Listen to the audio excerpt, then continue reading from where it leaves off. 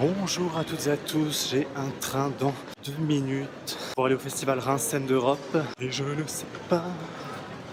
Retardé de 20 minutes. On est sur 30 minutes de retard là. J'arriverai jamais au spectacle à 19h.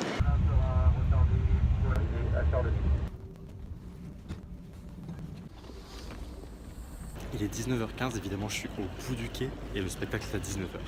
Donc là, le concept c'est de marcher très très vite pour aller aux ateliers de la Comédie de Reims, sous la pluie, arriver à peu près avec une demi-heure de retard, pas sûr de rentrer dans la salle, être complètement essoufflé et me traîner mon gros sac à dos sur le dos. Évidemment, le projet de départ c'était quand même d'aller voir Voyage d'hiver, une pièce de théâtre, c'est pas moi qui le dis, c'est entre parenthèses, ça s'appelle une pièce de théâtre, d'après donc Schubert, puisque c'est le titre du Voyage d'hiver, c'est le titre du neuf de Schubert, et c'est aussi le titre du neuf de Elfriede Jelinek. D'ailleurs, petite vidéo qu'on avait faite avec Noémie. Je vous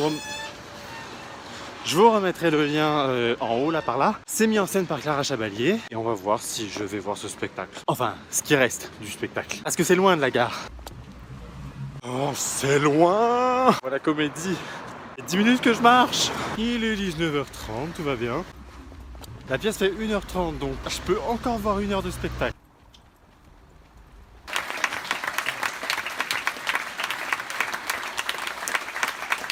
Vous avez vu, j'ai pu entrer en salle. Ils ont été super gentils. On trouve une petite chaise tout en haut du gradin, à côté de la régie. Bon, il est 20h40, il pleut toujours.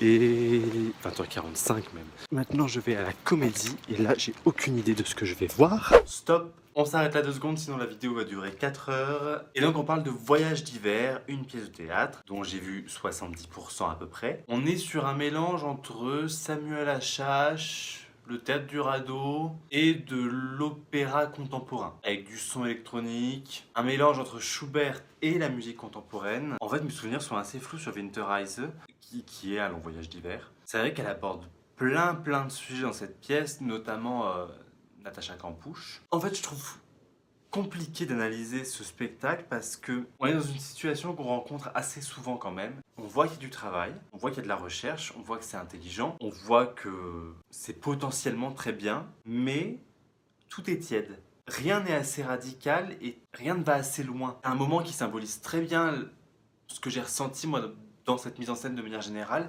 c'est le moment où elle détruit un peu le décor. Elle le détruit en faisant attention de ne rien casser. C'est-à-dire que la cloison qu'elle démolit, elle est faite pour être démolie. Mais en même temps, il y a une vraie volonté d'être en colère et de vraiment détruire. Mais ça fait tellement semblant de détruire qu'on comprend qu'elle fait semblant de détruire. Je me souviens pas hyper bien de la structure du texte de Winterreise, mais je me demande même si je l'ai lu en fait. J'ai un gros flou là. Le dispositif comme ça, d'utiliser des matériaux comme l'interview de Natacha Campouche par exemple, et de ramener la musique de Schubert finalement, sur le texte de Jelinek qui s'inspire déjà de ça. C'est comme ramener la matière dramaturgique de Jelinek dans la pièce de Jelinek, alors qu'elle s'en éloigne elle-même. Mais ça peut être intéressant, pourquoi pas, c'est juste que je ne comprends pas en fait ce qu'elle veut nous raconter, ce qu'elle veut nous dire avec ce texte aujourd'hui, même si le texte en lui-même est passionnant et en fait, j'ai pris du plaisir à l'écouter. Un autre truc que j'ai trouvé un peu tiède comme ça, c'est par exemple le corps des acteurs et des actrices. Il y a énormément de ruptures dans le jeu, dans le phrasé, dans la musique aussi. Tout est vraiment dans le contraste, dans la rupture. Et les corps, eux, sont plutôt sur une continuité assez fluide. Je trouvais que ça matchait pas vraiment, en fait, tout ça. J'arrive à voir le concept, j'arrive à voir éventuellement où ça peut aller, mais je trouve que